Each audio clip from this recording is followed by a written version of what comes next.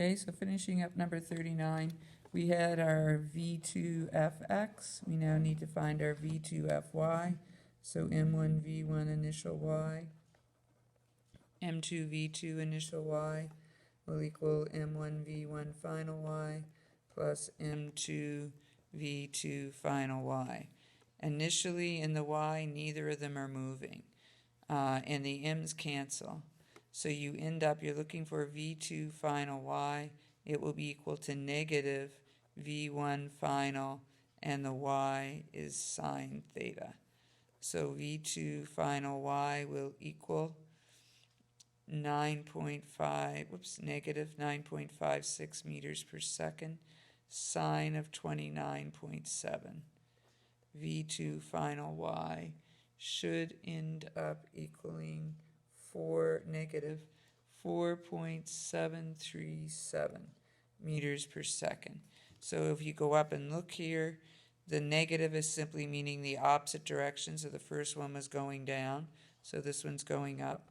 So this is going to be 4.196 meters per second, and this one's going to be a little bit longer, 4.737 meters per second.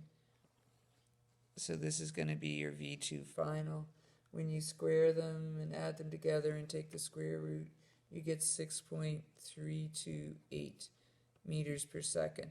And you don't actually have to find the angle here because it didn't ask you what the final velocity was. It just asked, is it elastic?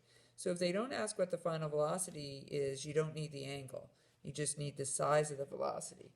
But for those of you that found the angle, it's 48, the way I have it drawn, 48.47 degrees, and that would be counterclockwise from the original.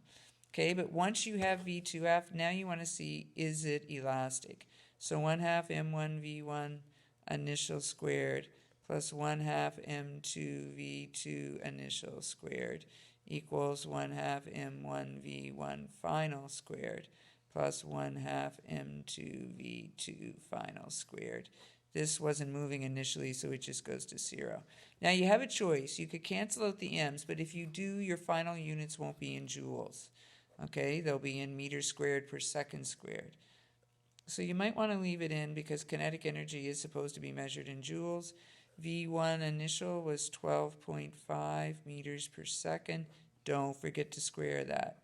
Equals 1/2 0.155 kilograms, 9.56 meters per second squared, plus 1/2 0.155 kilograms, and this was the 328 meters per second squared. Now, I think I probably canceled mine out, just saying. I have 12, no, maybe I didn't. I have 12.1 joules on this side, and when I add these together, I get 10.2 joules.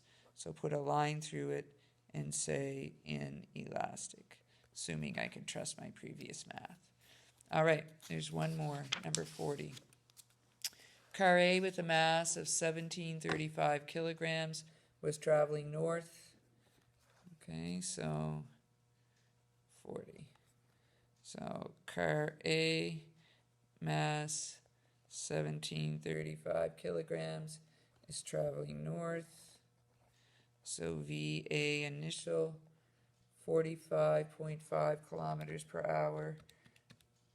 I'm going to switch that right away. So it's 12.638 repeating, because this time I know I'm going to need it. B, mass 2540, traveling west. This was the one I was thinking of earlier when I drew it the other way. 2540, oops, 40, and VB initial 37.7 divided by 3.6 is 10.472, and the 2 is repeating.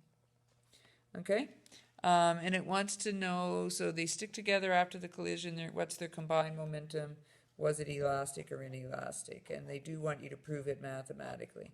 Should go off like this, so you're looking for your V final. So in the x direction, M1 V1 initial x plus M2 V2 initial x will equal M1 plus M2 V final x. A is not moving in the x direction, so 1 goes to 0, and we're looking for V final x, so it will be just M2 V2 initial, because it's only moving in the x, divided by M1 plus M2. So 2 was the 2540 kilograms. V2 initial was the 10.472 repeating meters per second, divided by 1735 plus 2540. V final x. So times 2540 divided by 2540 plus 1735, and you should get 6.222 meters per second. Okay, so that's the x. The y, same idea. M1 V1 initial y, M2 V2 initial y equals M1 plus M2 V final y.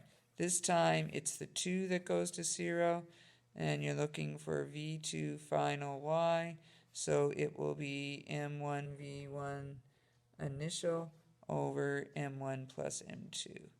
So 1735 kilograms times 12.638 with the 8 repeating, divided by 1735 kgs plus 2540 kgs.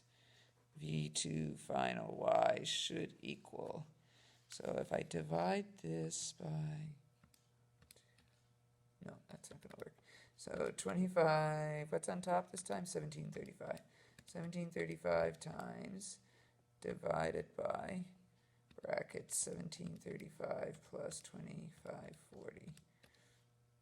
You should get 5.1295. Yes, there's more digits, but that's all I'm keeping.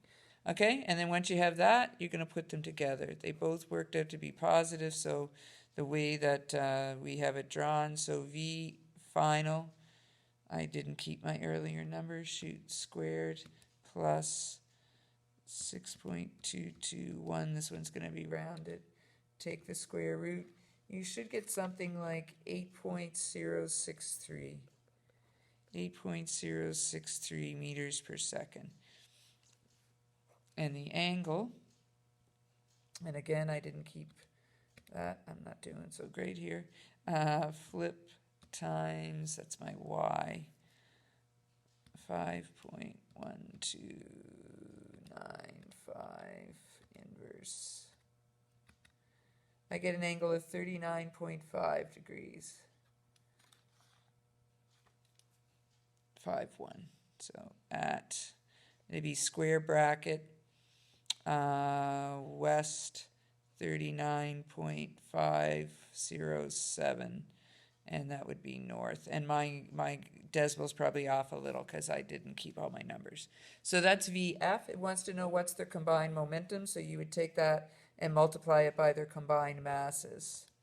Okay, so times brackets 2540 plus 1735, and you would get a combined momentum, P final, of 16889.5739 kilogram meters per second, and then the square bracket, same thing above. And then the last question is it elastic? So you have to fill all this in and find out, and it's not going to be, just telling you right up top. And here you can write them as this, VF squared, don't forget your 1/2 though. Okay, and when you do this, you find out it's not elastic. One side you get 1.39 times 10 to the 5th joules, and on the front side 2.78. times 10